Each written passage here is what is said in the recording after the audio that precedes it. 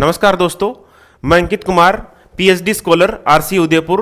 आपका जो soil science का सिलेबस है, जो सोइल साइंस आपकी एग्जाम में जो 10-12 क्वेश्चन पूछे जाते हैं, उनका हिंदी मीडियम के अंदर अपन पीपीटी के माध्यम से पढ़ेंगे, जो कि आप अच्छी तरह से पीपीटी से इसलिए पढ़ेंगे ताकि आप जो भाषा से लिए वो परफेक्टली आप समझ पाओ, आप अच्छी तरह से नोट्स बना पाओ। बाकी रही बात समझाने की, तो मैं एक एक पॉइंट करके एक एक चीज क्लियर करके आपको समझा दूंगा, तो आपको समझना है। और जो लैंग्वेज दी गई है, पूरा परफेक्ट कंटेंट बनाया गया है, ताकि ये इसलिए दिया गया है कि कंटेंट में कहीं कमी न रहे और एक भाषा जो है आपकी क्लियर एकदम परफेक्ट बन सके।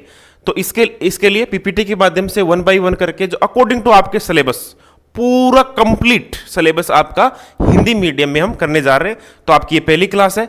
तो पहली क्लास है, तो मैं सबसे पहले सोइल के बारे में बता देता हूं कि सोइल क्या है, क्या चीज़ हम इसके बारे में पढ़ने वाले हैं, वो चीज़ मैं बता देता हूं।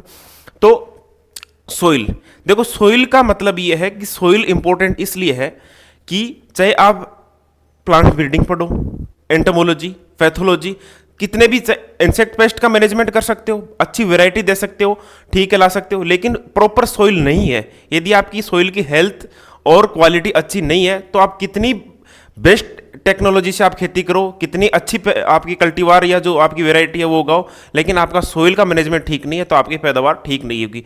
तो इन सारी जो सोइल का हमारा पढ़ने का मकसद है, आपके सिलेबस में जो सोइल दी जाती है उसका मकसद ये है कि आप सोइल की जो प्रॉपर्टीज है, फिजिकल, केमिकल और बायोलॉजिकल, या जो प्रॉब्लमेटिक सोइल्स हैं, जो आपकी कॉन्स्टेंट्स आते हैं, जो प्रॉब्लम्स आती है सोइल में, उनको समझ के आप अपने फील्ड में जाके, या आपको ज्ञान हो कि इस चीज सोइल का नॉलेज हो जाएगा, तो किस रेंज में जो चीजें रहती हैं वो सुटेबल है प्लांट के लिए, और ऊपर नीचे होने पर या तो ऊपर चली जाती है या नीचे चली जाती है, तो वो किस तरह से हानि पहुंचाते हैं पौधे को। तो इस चीज को समझ के अपन सोइल का मैनेजमेंट अच्छी तरह से कर सकते हैं।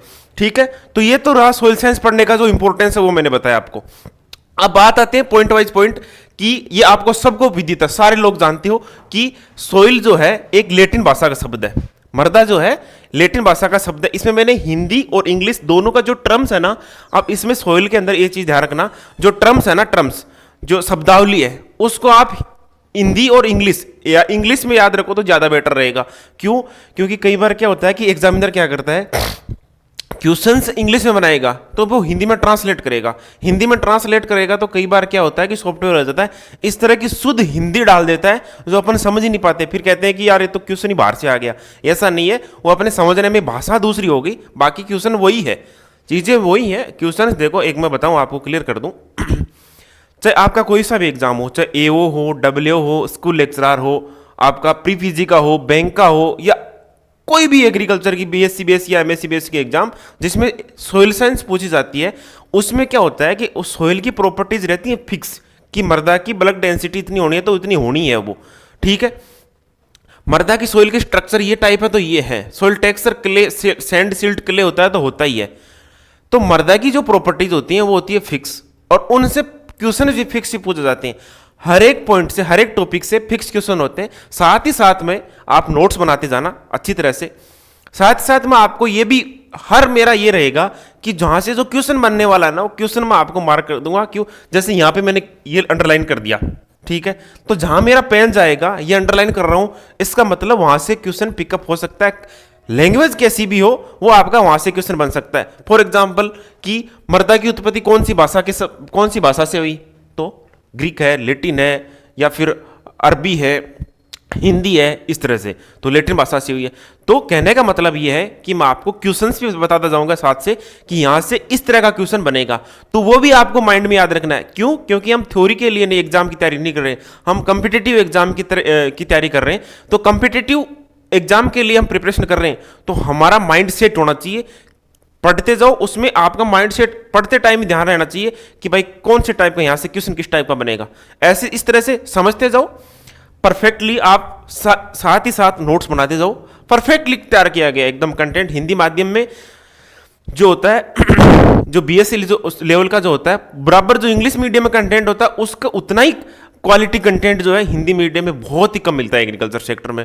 तो बहुत ही इसको मेहनत से एकदम प्रॉपर लैंग्वेज में तैयार किया गया है, हाथ से लिख के फिर टाइप करा के पूरा तरीके से तैयार किया गया है।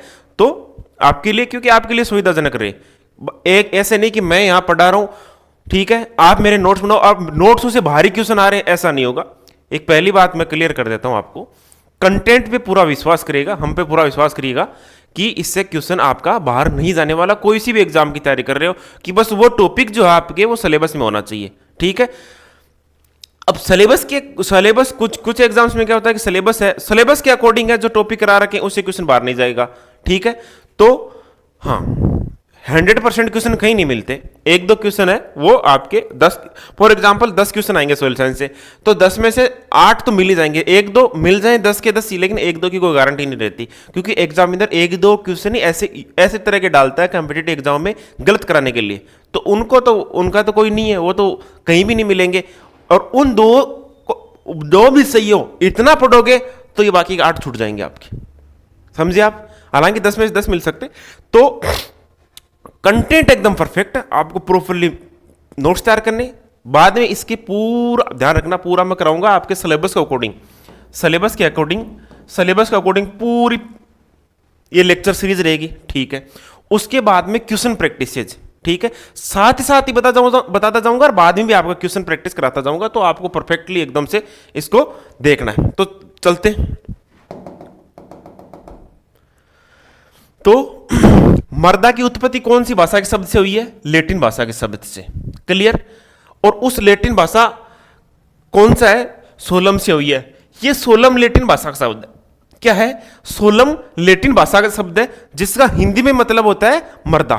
तो मर्दा शब्द की उत्पत्ति लैटिन भाषा से हुई है, जिसका मतलब होता है, जो कौन से शब्द से हुई है? जिसका सोलम शब्द से हुई है। और इस सोलम शब्द का अर्थ क्या है? इस सोलम शब्द का अर्थ है फ्लोर। क्या है? फ्लोर या फर्श। मतलब मर्दा का मतलब यह है, सिंपल भाषा में सोइल उसे कहेंगे कि पृथ्वी की ऊपरी सतह जो पौधे उस पे उगते हैं और पौधों को यांत्रिक सहायता प्रदान करती है, वो मर्दा कहलाती है। मतलब ऊपरी, अब मिट्टी के अंदर जाके आप बहुत ही गहराई के, पृथ्वी की गहराई के अंदर जा रहे हो कि ये भी मिट्टी है, तो ये वो मिट्टी नहीं है। पृथ्वी की जो सतह होती है ना, पृथ्वी की सतह, उसकी ऊपरी जो फ्लोर, अब हमारा जो फर्श है वो सतह है, एकदम सरफेस है वो, तो उस हिसाब से होता है। तो ये याद रखेगा। 2 पॉइंट इंपॉर्टेंट है इसमें, जिसका फ्लोर है। क्लियर? पहला पॉइंट क्लियर। दूसरा पॉइंट ये है कि सोइल साइंस के अंदर सबसे ज्यादा स्टडी करने वाले, जिसने सबसे ज्यादा मर्दा का अध्ययन किया, सबसे ज्यादा रिसर्च किया, उन साइंटिस्ट का नाम है वीवी डोकुचेव। क्या है? वीवी डोकुचेव। मतलब ये एक रशियन साइंटिस्ट थे, जो रसिया के अंदर बहुत ज्यादा सोइल के ऊपर काम किया, सोइल का क्लासिफिकेशन दिया। और उन्होंने ज्यादा तो किस पे काम किया? पेडोलॉजी पे। डोकुचेव ने किस पे काम किया सबसे ज्यादा? पेडोलॉजी में। तो फादर ऑफ सोइल साइंस, आपको पूछ लिया जाए कि फादर ऑफ सोइल साइंस कौन है, तो वीवी डोकुचेव है। दूसरा, इस तरह से पूछ लिया जाए, फाउंडर ऑफ पेडोलॉजी,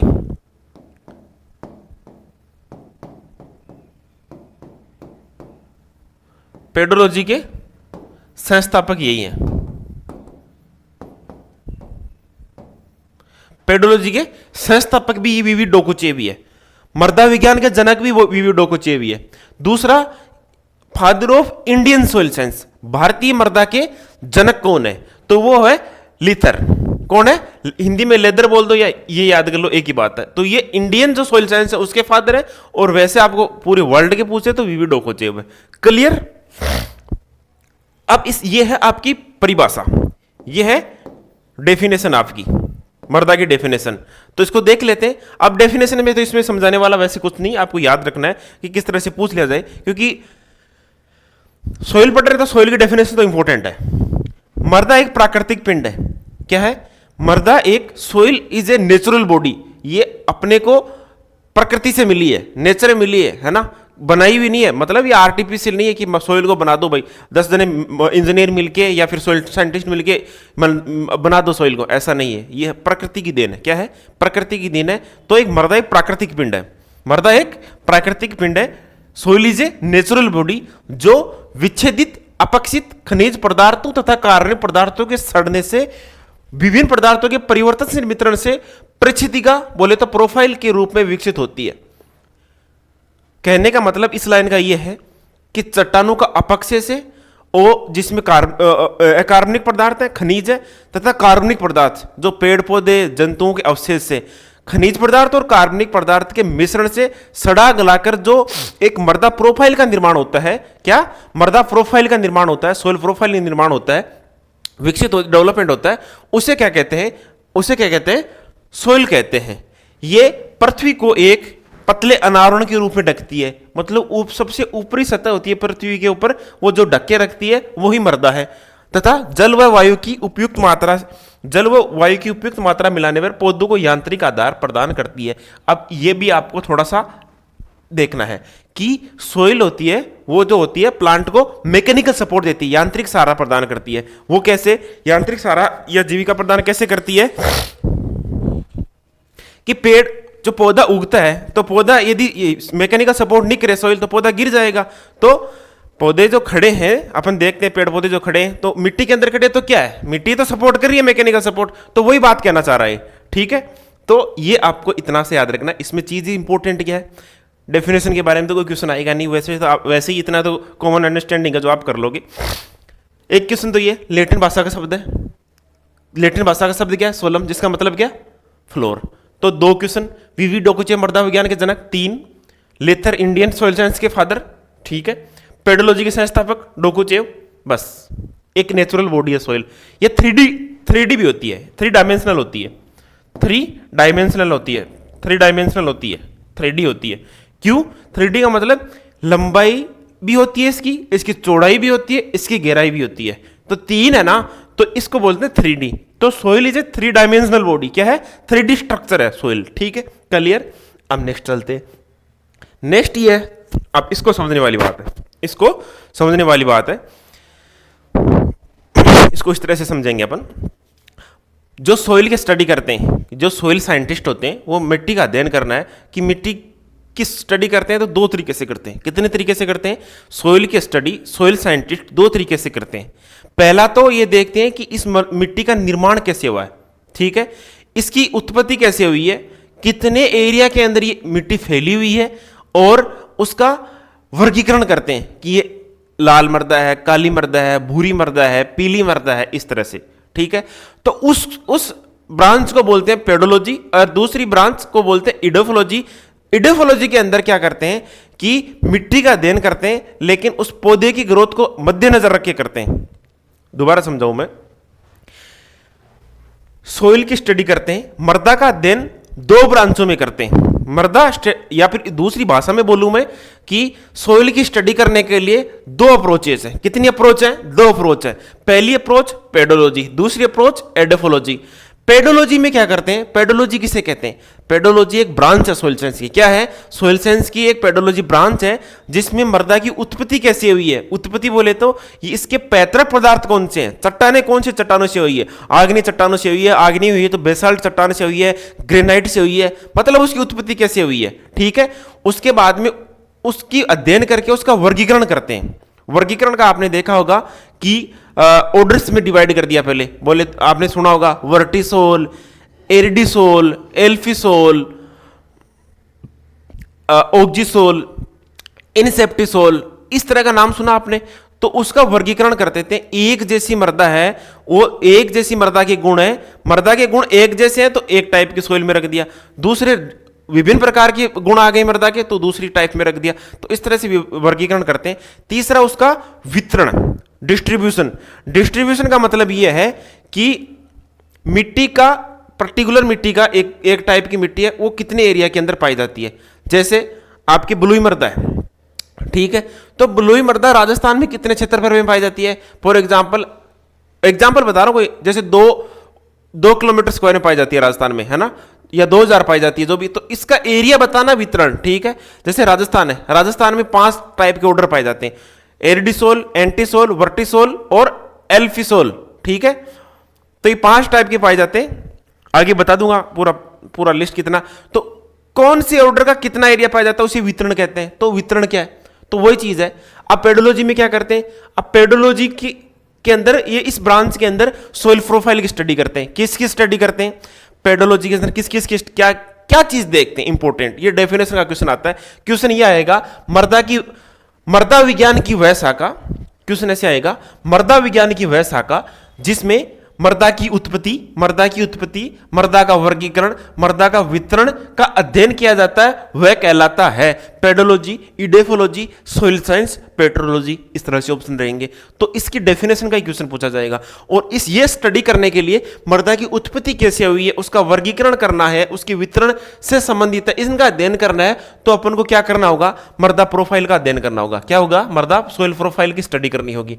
तो पेडोलॉजी के अंदर सोइल प्रोफाइल की स्टडी करके उसकी उत्पत्ति कैसे हुई है, जेनेसिस, क्लासिफिकेशन एंड डिस्ट्रीब्यूशन से संबंधित है। ठीक है, इसमें एक मृदा को प्राकृतिक पिंड माना जाता है। क्या माना जाता है, एक नेचुरल बॉडी मानी जाती है।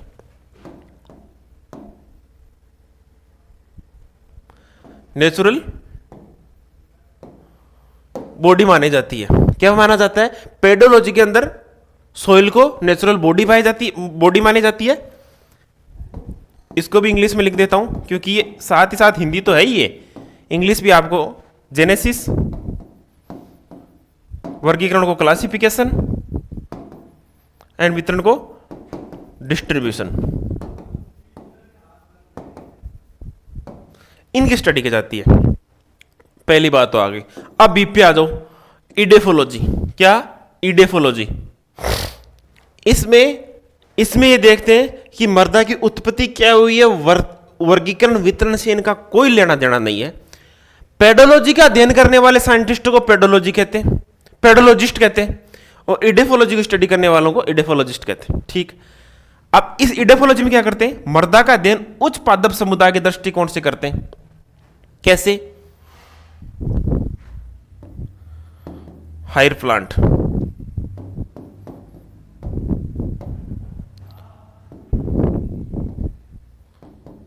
Growth, development. हायर प्लांट की ग्रोथ एंड डेवलपमेंट चेक करते हैं किसके रिलेशन से में, सोइल फर्टिलिटी के हिसाब से।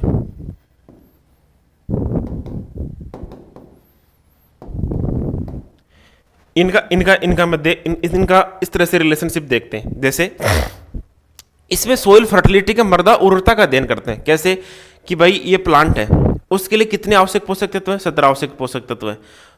वो पोषक तत्व की कौन से पोषक तत्व की कमी है, कौन सा उर्वरक डालना है उसकी पौधे की ग्रोथ के लिए। मतलब पौधे की पैदावार है ना, जो प्लांट है उसकी ग्रोथ और डेवलपमेंट को मद्देनजर रख के उसकी स्टडी की जाती है।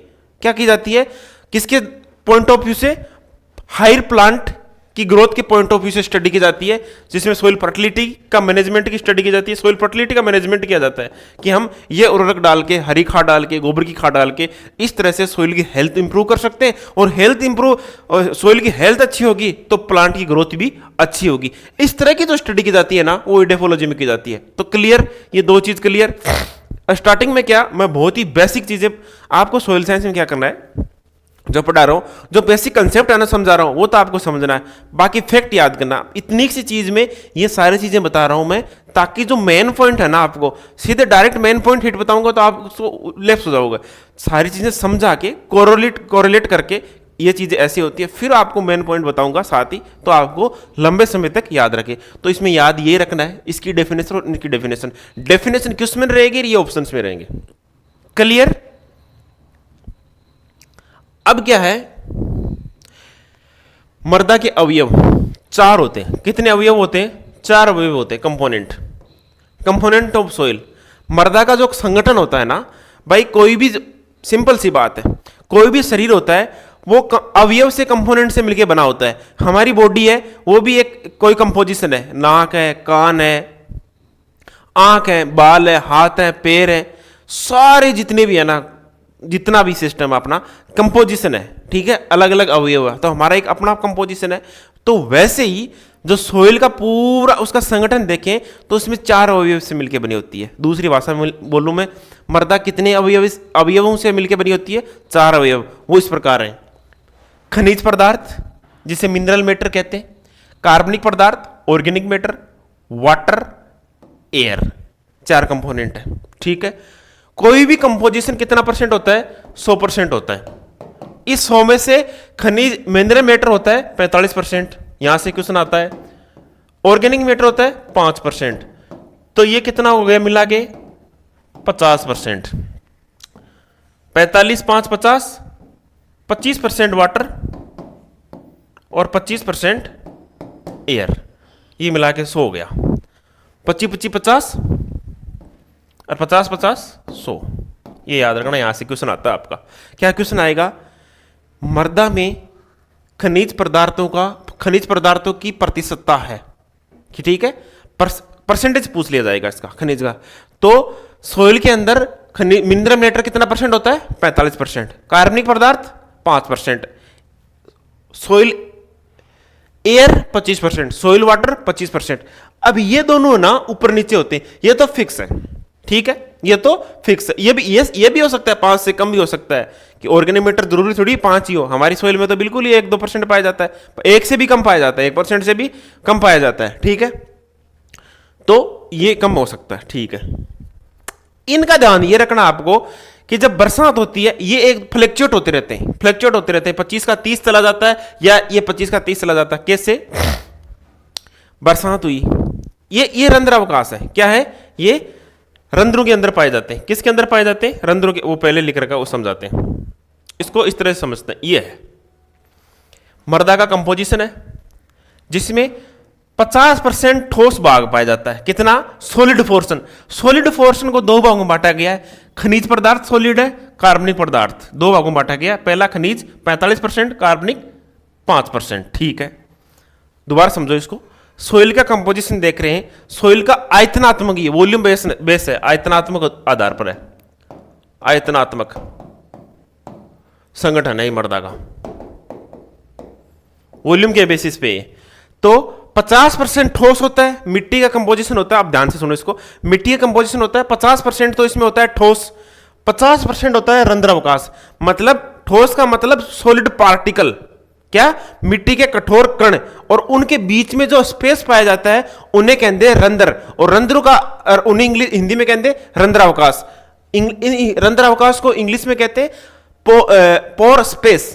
मिट्टी के पार्टिकल के बीच में स्पेस पाया जाता है, उसे पोर स्पेस कहते हैं, बोले तो रंध्रावकाश। 50% ये, 50% ये। अब 50% सॉलिड है, ठोस है, उसमें 45% खनिज पाया जाता है और 5% ऑर्गेनिक मैटर पाया जाता है। रंध्रावकाश है 50% है, इसके अंदर 25% तो पाई जाती है एयर, द्रव्य पाया जाता है। द्रव्य मतलब वाटर हो गया, जल हो गया, और 25% गैस, बोले तो वायु होगी। अब ये 25 से 30 हो सकता है, और ये 25 से भी 30 हो सकता है। कैसे हो सकता है? जैसे बरसात हुई तो रंध्रों के अंदर क्या चला जाएगा? पानी चला जाएगा, तो वायु जो है ऊपर की तरफ उड़ जाएगी। जब बरसात होती है तो अपने पानी से भर जाता है खेत, पानी से खेत भर जाता है, तो मतलब रंध्रों के अंदर क्या चला गया? पानी चला गया। तो ये 30% तक चला गया, ये 20% पे आ गई। दूसरी उल्टा, गर्मियों के टाइम क्या बरसात बिल्कुल नहीं हो रहा, तेज धूप पड़ रही है और आंधी हवाएं चल रही हैं, तो क्या होगा? वाष्पोत्सर्जन के द्वारा पानी ऊपर की तरफ उड़ जाएगा, और बचा क्या? गैस। तो ये 20% चला जाएगा, ये 30% हो जाएगा। तो ये वेदर की कंडीशन पे या सीजन्स के आधार पर, ऋतुओं के आधार पर ये ऊपर नीचे होता रहता है इनका परसेंटेज। ये थोड़ी सी लाइन याद रखनी है, बाकी तो आपको परसेंटेज फिक्स 25-25 याद रखना है, ठीक है। अब कार्बनिक पदार्थ है, ये 5% है। इसके अंदर क्या क्या आता है? जैसे ह्यूमस आ जाता है, सड़े गले कार्बनिक पदार्थ, जीवित सूक्ष्म जीव पाए आगे, ये सब आगे। खनिज पदार्थ होते हैं, खनिज पदार्थ कोलोइड्स होते हैं, और एक क्रिस्टलोइड्स होते हैं। इनको आगे पढ़ेंगे, इतना यहां तक याद कर लो, 4 कंपोनेंट आप तो ये याद कर लो, ठीक है। क्लियर? जो आगे लिख रखा है क्लियर?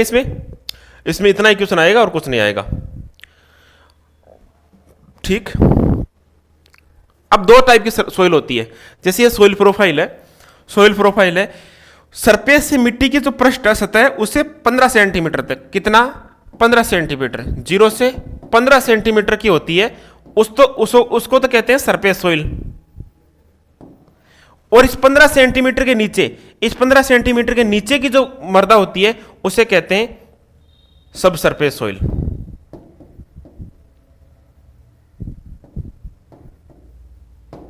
ठीक है।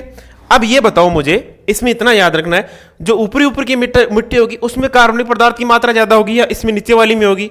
ऊपर वाले में होगी, क्योंकि यहां पे तो पेड़ पौधा भी है, जीव जंतु भी है, तो अपन गोबर की खाद डालेंगे, वो भी सरफेस पे डालेंगे। जितना भी ऑर्गेनिक मैटर होता है, कार्बनिक पदार्थ होता है, वो सतह के ऊपर डालेंगे मिट्टी के। तो यहाँ पे कार्बनिक पदार्थ की मात्रा अधिक होती है, तो जितना जो जो कार्य कार्बनिक पदार्थ के हैं वो सारे कार्य भी ज्यादा होंगे। फॉर एग्जाम्पल, पोषक तत्वों की उपलब्धता कहाँ पर होगी ज्यादा? यहाँ पर होगी। जल धारण क्षमता कहाँ पर होगी? सरफेस में होगी, इसके कंपेयर में सरफेस सॉइल में ज्यादा होगी। ठीक है, ऑर्गेनिक मैटर ज्यादा होगा, जितनी भी चीजें सारी सुटेबल होगी। पौधे की जड़ें भी यहां तक ही जाएगी 15, जो अपने 15 सेंटीमीटर जाती है। मिट्टी का, इसलिए मिट्टी का जो सैंपल लेते हैं, पौधे का जो मृदा का नमूना लेते हैं सोइल टेस्टिंग के लिए, तो 0 से 15 सेंटीमीटर तक लेते हैं, क्योंकि यही हमारे काम की है। इसके नीचे कौन सी होती है? सब सरफेस सॉइल होती है। तो वो चीज वही कहते हैं। इसमें ये दो ही चीजें इसमें याद दिया करना है। 0 से सरफेस सॉइल का डेप्थ, गहराई कितनी होती है? 0 से 15 सेंटीमीटर। अब देखो दो चीज बता रखी है, एक पृष्ठ मृदा, एक अवमृदा। पृष्ठ मृदा बोले तो सरफेस मृदा, और अवमृदा को सब सरफेस सॉइल। इसको ऐसे कट गया, सब सॉइल। सरफेस सॉइल है मृदा की ऊपरी परत, जिस पर कृषि कार्य करते समय औजार व मशीनरी आदि चलाते हैं, पृष्ठ मृदा कहलाती है। भाई हम हेरोविंग, उसका प्लो वगैरह ट्रैक्टर चलाते हैं कल्टीवेटर के द्वारा, या फिर जो भी अपन ट्रैक्टर के द्वारा जो टिलेज ऑपरेशन करते हैं वो ऊपर वाली 15 सेंटीमीटर तक करते हैं। तो जो मशीनरी चलाते हैं, कृषि कार्य चलाते हैं, हल जोतते हैं, तो भी वो यहीं तक जाता है, नीचे नहीं जाता। तो वो उसको क्या कहते हैं? सरफेस सॉइल कहते हैं। अवमृदा सब सरफेस, ऊपरी सतह के नीचे की परत जो पैतृक पदार्थ गहरी होती है, नीचे जहां तक पेरेंट मटेरियल होता है ना, वहां तक ये गहरी होती है, और मृदा कहलाती है। मतलब 15 सेंटीमीटर के नीचे वाली मृदा। इसमें ज्यादा इतना याद रखना है, इसकी गहराई और जो कॉन्सेप्ट था।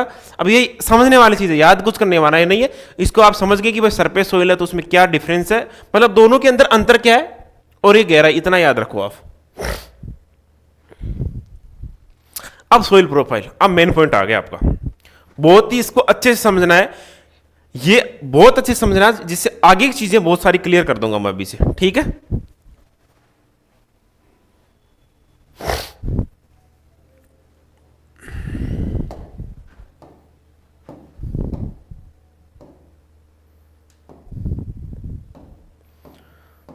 इसको मैं डायग्राम पहले समझा देता हूं, बाद में लैंग्वेज देखते हैं।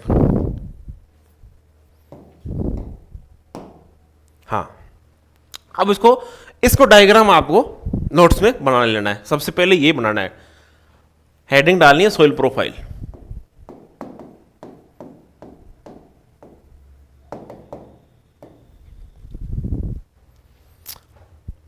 देखो सॉइल प्रोफाइल का मतलब ये होता है, सबसे पहले तो मैं थोड़ा सा बेसिक बता देता हूं। कोई भी जैसे सॉइल है, ठीक है, उसको हम गड्ढा खोदते हैं 1.5 मीटर तक। ठीक है, कितना? 1 से 1.5 मीटर तक गड्ढा खोद लेते हैं उसको, फिर उस मृदा की स्टडी करते हैं। तो गड्ढा खोदते हैं ना, तो अपन को अलग अलग संयंत्र दिखाई देंगे। अब उन संयंत्रों के अध्ययन करते हैं, उसमें अलग अलग टाइप के अलग अलग संयंत्र दिखते हैं। उस सॉइल जो प्रोफाइल है उसके अलग संयंत्र वाइज, होराइजन वाइज हम सैंपलिंग करते हैं। उसके बाद में सॉइल टेस्टिंग करके उसमें पता लगाते हैं कि किस टाइप की सॉइल है। तो सॉइल प्रोफाइल से इंपॉर्टेंट जो क्वेश्चंस बनते हैं और जो कंसेप्ट है, वो एक डायग्राम बनाएंगे, उसके माध्यम से अपन समझने वाले हैं।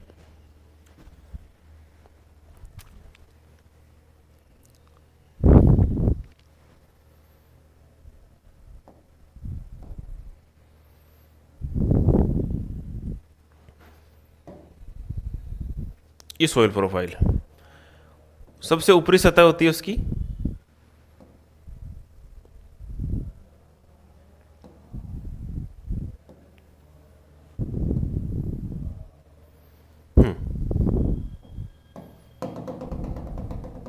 ये सबसे ऊपरी सतह होती है जहां पेड़ पौधे उगे रहते हैं।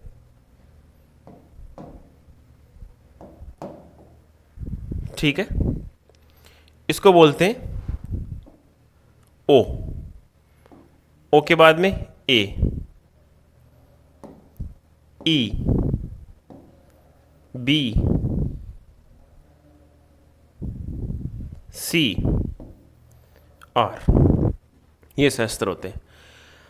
मृदा प्रोफाइल, मृदा की ऊर्ध्वाधर खड़ी कटान को मृदा प्रोफाइल कहते हैं। क्या? Vertical section of the soil.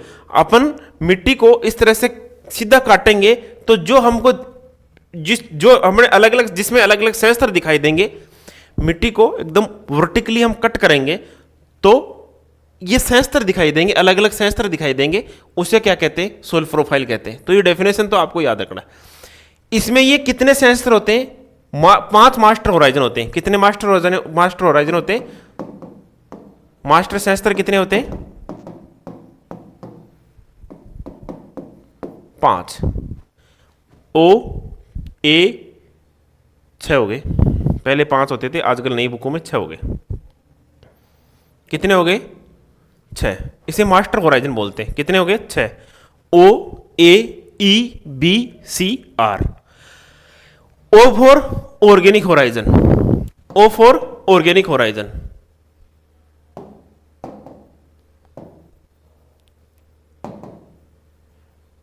Organic horizon A. अब इसमें कार्बनिक पदार्थ होता है। ओ का मतलब पहले ओ को समझा देता हूं मैं। इसमें क्या होता है कि फसलों के अवशेष, पेड़ पौधों की पत्तियां, टहनियां, या फिर अपन कार्बनिक पदार्थ डालते हैं तो उसकी जो एक कार्बनिक जो पदार्थ है, ऑर्गेनिक मैटर है, उसकी एक लेयर बन जाती है ऊपर। सबसे ऊपर क्या बन जाती है?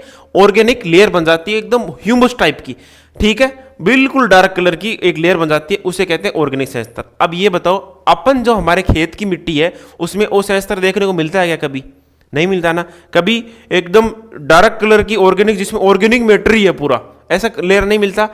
तो इसका ध्यान ये रखना है कि खेती योग्य जमीन जहां पे खेती होती है वहां ओ सेंसर एब्सेंट रहता है।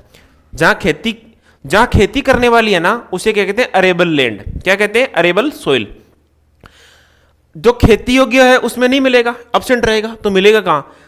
जंगलों के अंदर पाया जाता है, वो भी घने जंगल, उसमें मिलता है। फॉर एग्जाम्पल, आपने अमेजन फॉरेस्ट का नाम सुना होगा, अमेजन के जंगलों का नाम सुना होगा। अमेजन के जंगलों में ऑर्गेनिक सेंसर पाया जाता है, क्योंकि वहां कभी खेती नहीं होती, वहां पूरा संगन एकदम घना जंगल है, बहुत लंबा है। बरसात होती है खूब ज्यादा, अमेजन के फॉरेस्टों में बरसात होती है, जंगल है बहुत तकड़े, तो वहां पाया जाएगा। हमारे यहां ये नहीं पाया जाता, ठीक है, क्लियर। अब दूसरा ए और ए सेंसर, इसके अंदर अब ये तो है ही नहीं, इसके अंदर सबसे जो खनिज पदार्थ है ना, जो खनिज पदार्थ, तो सबसे ज्यादा ऊपर का सबसे टॉप मोस्ट मिनरल। अब इनको 2 भागों में बांटे वैसे तो ऊपरला तो कार्बनिक सेंसर, एक तो कार्बनिक सेंसर, बाकी के जो बचे जो खनिज सेंसर। तो सबसे ऊपर वाला खनिज सेंसर कौन सा हुआ? ए। तो इसको लिख सकता हूं क्या मैं? टॉप मिनरल हॉरिजन, ठीक है। ओ जो है ऑर्गेनिक होराइजन है, बाकी जो शेष बचे है ना वो मिनरल होराइजन है। अब मिनरल में सबसे ऊपर का कौन सा, टॉप का कौन सा? ए, तो इसको बोल दिया टॉप मिनरल होराइजन, क्लियर, ठीक है। ई, इसके अंदर जो सोइल के कॉन्स्टिट्यूएंट है, सोइल के अवयव है, मृदा के अवयव है। अब मृदा के अवयव कौन से हो सकते हैं?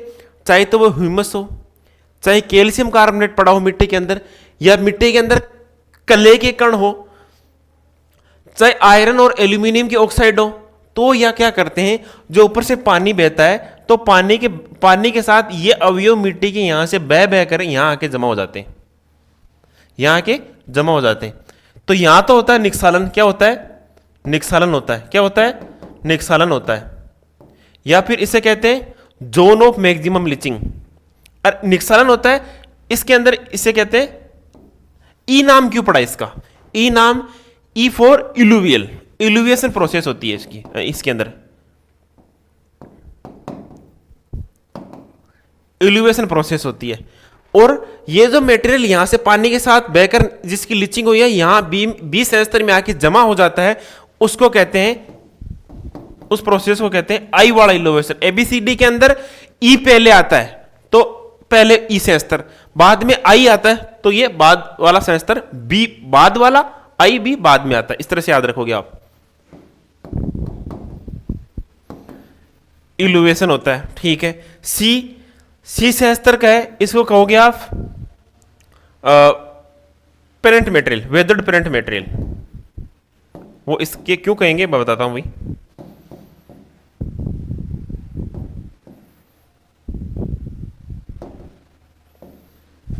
Weathered parent material. आर कहेंगे बेड रॉक,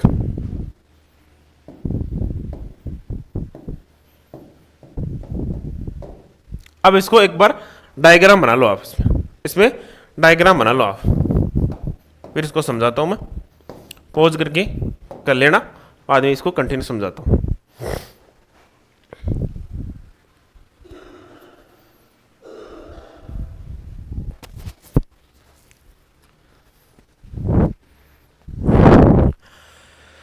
अब इसको समझते हैं। सबसे ऊपर का सहस्त्र कौन सा? ऑर्गेनिक होराइजन, कार्बनिक सहस्त्र कहते हैं, ठीक है। कार्बनिक सहस्त्र खेती योग्य भूमि, जिसे इंग्लिश में अरेबल सॉइल्स कहते हैं, वहां पे अनुपस्थित रहता है, तथा जंगलों के अंदर ये उपस्थित रहता है, क्योंकि वहां पे ऑर्गेनिक मैटर अधिक होता है। कम से कम 20% ऑर्गेनिक मैटर है तो उसे ऑर्गेनिक सहस्त्र कहेंगे, ठीक है। उसके बाद में ओ के बाद में सहस्त्र, उसके नीचे क्या आता है? ए सहस्त्र। क्या आता है? ए सहस्त्र। ए सहस्त्र को कहते हैं top mineral horizon. Top mineral horizon, ये खनिज सहस्त्र कहते हैं, इसे क्या कहते हैं? खनिज सहस्त्र कहते हैं। इसका रंग बाकी की तुलना में गहरा होता है, ठीक है। सबसे ज्यादा वेदर्ड कौन सा हुआ? सबसे, अब ठीक है, चलो आगे आते हैं। बाद में ई, या फिर ई को कहते हैं ए टू बी। ए के बाद में ये ए टू भी कह सकते हैं, इसको ए टू भी कह सकते हैं इसमें। तो इसमें क्या होता है कि जो मृदा के अवयव है, चाहे यहां पे ह्यूमस रखा है, चाहे जहां पे आयरन और एल्यूमिनियम की ऑक्साइड वो है, ह्यूमस है, जिप्सम है, जो भी मृदा के अंदर जो अवयव है जो पानी के अंदर घुलनशील है, मृदा की वह अवयव जो पानी के अंदर घुलनशील है, वो यहां पानी आता है, पानी के साथ यहां बह के यहां आके जमा हो जाते हैं, यहां आके जमा हो जाते हैं। तो यहां कहते हैं removal of soil constituent, removal of sex, removal of iron, aluminium oxide and clay. Clay का जितने भी पार्टिकल है यहाँ पे जो मृदा में घुलनशील है, उनका रिमूवल होता है, लीचिंग होती है, निक्षालन होता है। इसको क्या कहते हैं? इस प्रोसेस को क्या कहते हैं जो हो रहा है? उसको कहते हैं इल्यूविएशन। और ये इल्यूविएशन जो प्रोसेस है, इसे इसका नाम ई पड़ा है, ठीक है, क्लियर। बी सहस्त्र, बी सहस्त्र के अंदर यहां जो मेटेरियल निकल के आया ना, बहकर आया है, वो यहां आके जमा हो जाता है। तो उस प्रोसेस को क्या कहते हैं? ये ओ आता है, ए आता है, ई आता है, बाद में क्या आता है? बी। बाद में बी आता है तो एबीसीडी में ई आता है, बाद में आई आता है ना बाद में, तो बी बाद में आता है एक ई के, तो आई। तो इस तरह से याद रखोगे। तो याद क्या करोगे? तो इसमें तो निक्षालन होता है, इसमें क्या होता है? डिपोजिशन होता जाता है, जमा हो जाता है, ठीक है। सी आपने देखा होगा जब कुएं खोदते हैं तो गहराई तक जाते हैं, कुआं खोदते खोदते स्टार्टिंग से गहराई तक जाते हैं, तो लास्ट में मोरिंडा आ जाता है। क्या होता है? मोरिंडा अलग ही टाइप की आपको मिट्टी मिल जाएगी, ना तो अपनी जो खेत की मिट्टी है उससे मिलान होता है, ना वो चट्टान है, बीच का सा है, मतलब उसका हल्का सा वो अपक्षय हुआ, उसकी वेदरिंग हुई है, ठीक है। तो वो क्या, वो कौन सा सहस्त्र है जो मोरिंडा आता है? वो सी सहस्त्र है। तो उसको बोलते हैं वेदर्ड पेरेंट मटेरियल। वो पैतृक पदार्थ है अपना, जैसी चट्टान होगी वैसी मृदा बनेगी। तो ये है भाई, अपन कैसे हैं? अपन अपने माता पिता जैसे, तो माता पिता क्या है? सी है, और ये इससे बनने वाले सहस्त्र है, ठीक है। तो पेरेंट मटेरियल, ये इन वेदरिंग किसकी हुई है? ये बेड रॉक होती है। अब बेड रॉक आर कौन सा आता है? जैसे आप आजकल क्या होगा, पानी का जो जमीन के अंदर जो पानी है वो बहुत गहराई तक चला गया, तो अपन कहते हैं कि जो समरसीबल या फिर ट्यूबवेल खोदते हैं तो कहते हैं कि काला भाटा आ गया, ठीक है। काला पत्थर को भी तोड़ के पानी निकालना, जो काला पत्थर है ना, मिट्टी जो पानी निकालते हैं अपन जमीन के अंदर, वो क्या है? बेड रॉक आर है, मतलब बिल्कुल कठोर चट्टान है। बेड रॉक का मतलब कठोर चट्टान है। ये क्या है? कठोर चट्टान है। तो ये जो होता है ना, ये वर्टिकल सेक्शन होता है मिट्टी का, है ना, ओ सहस्त्र से लेके पेरेंट मटेरियल तक, जो जिसमें अलग अलग सहस्त्र दिखाई देते हैं, उसे क्या कहते हैं? सोइल प्रोफाइल कहते हैं। आगे बात समझ में, यहां से लेके यहां तक। अब ए प्लस बी को, ठीक है, ये तो होता ही नहीं है इसमें, यहां तक ही, ओ तो है ही नहीं, यहां तो इसको बोलते हैं ए प्लस बी, या पर ए प्लस ई प्लस बी, तीन यहां के है, उसे क्या? ये ट्रू सोइल है। अब खेती तो इसमें होती है ना, ट्रू सोइल है, ये ट्रू सोइल है, मतलब ये मिट्टी बन गई है। और ट्रू सोइल को क्या कहते हैं? सोलम कहते हैं। क्या कहते हैं? सोलम कहते हैं। तो आपको क्वेश्चन इस तरह से पूछा जाता है, पूछा भी गया है एक दो बार कि सोलम है, ए प्लस बी सहस्त्र को मिलाकर क्या कहते हैं? सोलम कहते हैं। और सोलम का दूसरा नाम क्या है? ट्रू सोइल है। क्या है? ट्रू सोइल है। सोलम को क्या कहते हैं? ट्रू सोइल, मतलब ट्रू सोइल तो ये सोइल थोड़ी है, सोइल तो यही है। ए प्लस बी प्लस सी, तीनों को मिला के क्या कहते हैं? रिगोलित कहते हैं। ए सहस्त्र, बी सहस्त्र, सी सहस्त्र, तीनों को मिला के यहां तक है ना ऊपर वाला, इसको क्या कहते हैं? रिगोलित कहते हैं। तो ये याद रखना। अब इसमें देख लेते हैं, मर्दा परिस्थिति का। अब देख लेते हैं इसके अंदर कि भाई किस तरह से इसको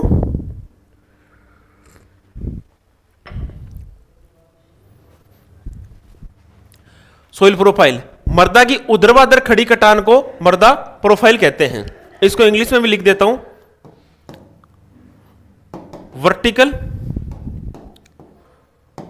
section of soil is called soil profile. क्या है? Vertical section. वर्टिकल सीधा खड़ाई तो होता है, खड़ाई को तो कहते हैं। आगे लिख रखा है, अब इसको नोट्स में उतार सकते हो आप।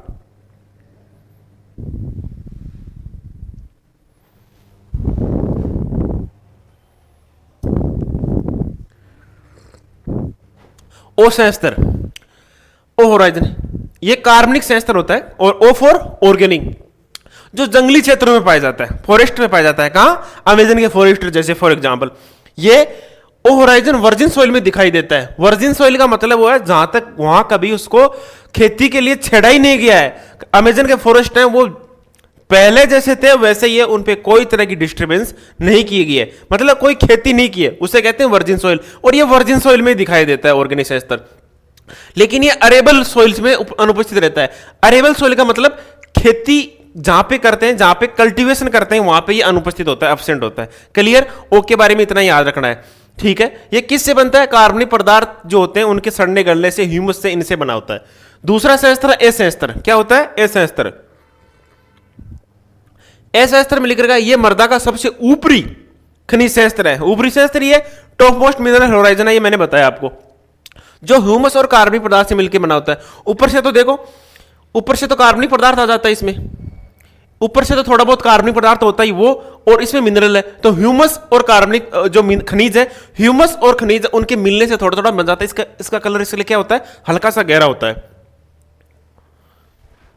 तो ह्यूमस और कार्बनिक पदार्थ से मिलता है, जिसके कारण इसके नीचे सेंस्टर की अपेक्षा, जो इसके कारण ये नीचे के सेंस्टर की अपेक्षा अधिक काला या गहरा होता है। ठीक है, ये डायग्राम बना ही लो आप। तीसरा है ई सेंस्टर। इसको क्या कहते हैं? इल्यूवियल होराइजन बोलते हैं। क्या बोलते हैं? इल्यूवियल होराइजन बोलते हैं, बोले तो निक्सालित सेंस्टर बोलते हैं। ठीक है, जो ई और ए2 सेंस्टर में पाया जाता है। जो ई बोल दो या ए2 बोल दो, एक ही बात है। आगे देखो, इसमें maximum zone of leaching, maximum zone of leaching मतलब जो सोइल प्रोफाइल है उसमें मैक्सिमम लीचिंग कौन से जोन में होती है? ई में तो होती है, या ए2 में होती है, या फिर दूसरी भाषा में बोल दो और होराइजन ऑफ मैक्सिमम इल्यूवेशन। किसका इल्यूवेशन होता है? क्ले का, आयरन, एल्यूमिनियम ऑक्साइड का। ये हल्के रंग का हो जाता है। हल्के रंग का ये क्यों हो गया? क्योंकि क्ले गया, ऑक्साइड गया, ह्यूमस गया, ये तो बहकर नीचे की तरफ चले गए, तो रंग तो फीका ही पड़ेगा भाई साहब फिर। ठीक है, तो नेक्स्ट जो है बी सेंस्टर, ये निक्षेपित सेंस्टर कहलाता है। निक्षेपित सेंस्टर कहलाता है या संचय सेंस्टर भी कहलाता है, क्योंकि इसमें डिपोजिशन होता रहता है। ये जो पानी यहां से जो मटेरियल, ये मटेरियल जो होता है पानी के साथ बहकर यहां आके जमा हो जाता है, संचय हो जाता है, तो इसको संचय सेंस्टर कहते हैं। डिपोजिशन होता है, निक्षेपण हो जाता है, इसे इल्यूवियल होराइजन कहते हैं। ठीक है, इसमें क्या होता है? मृत्तिका। मृत्तिका बोले तो क्ले को इंग्लिश हिंदी में कहते हैं मृत्तिका। लोहा, एल्यूमिनियम की ऑक्साइड का निक्षालित होकर जमा हो जाते हैं। Zone of accumulation, deposition, illuviated soil constituent like clay, iron oxide, वो चीजें, इसको आराम से लिख लो।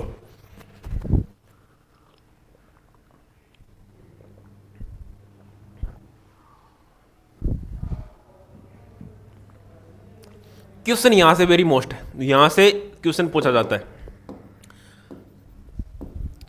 यहां से वेरी मोस्ट। पता क्या पूछा जाएगा आपको? मैक्सिमम जोन ऑफ लीचिंग कौन सा है? ऑप्शन रहेगा ओ, ए, बी, ई। ऑप्शन में ई रहे चाहे ए2 रहे, एक ही बात है। ठीक है, दोनों ऑप्शन में नहीं रहेंगे। होराइजन ऑफ मैक्सिमम इल्यूवेशन, इल्यूवेशन दूसरा ऐसे पूछ लिया जाता है, इल्यूवेशन की प्रोसेस कौन से सेंस्टर में होती है? आप इसमें बताओगे। इसमें क्या होता है? अब ये एक वर्ड आता है सेक्सफी ऑक्साइड। क्या आता है? सेक्सफी ऑक्साइड।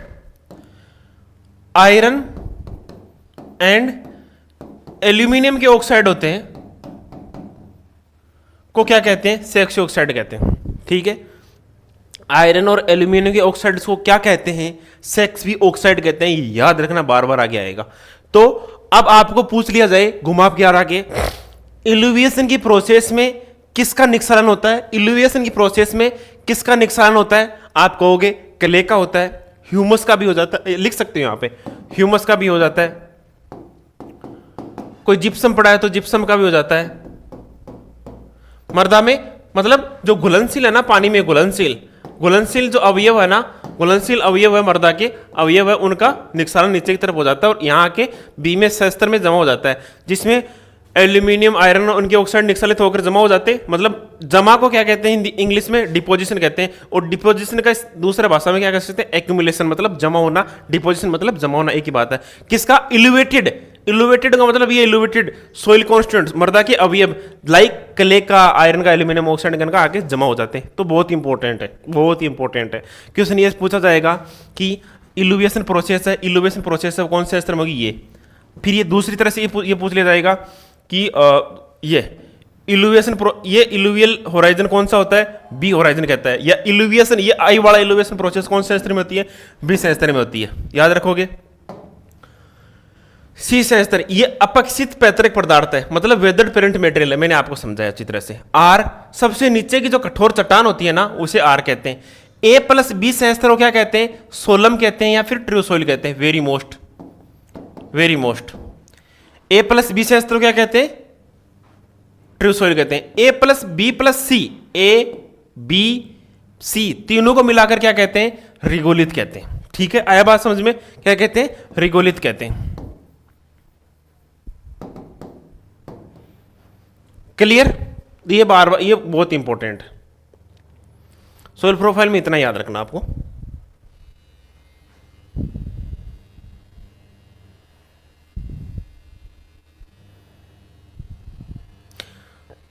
आज की इस क्लास में इतना ही पढ़ेंगे हम। नेक्स्ट क्लास में हम दूसरे टॉपिक के साथ मिलते हैं। Thank you so much.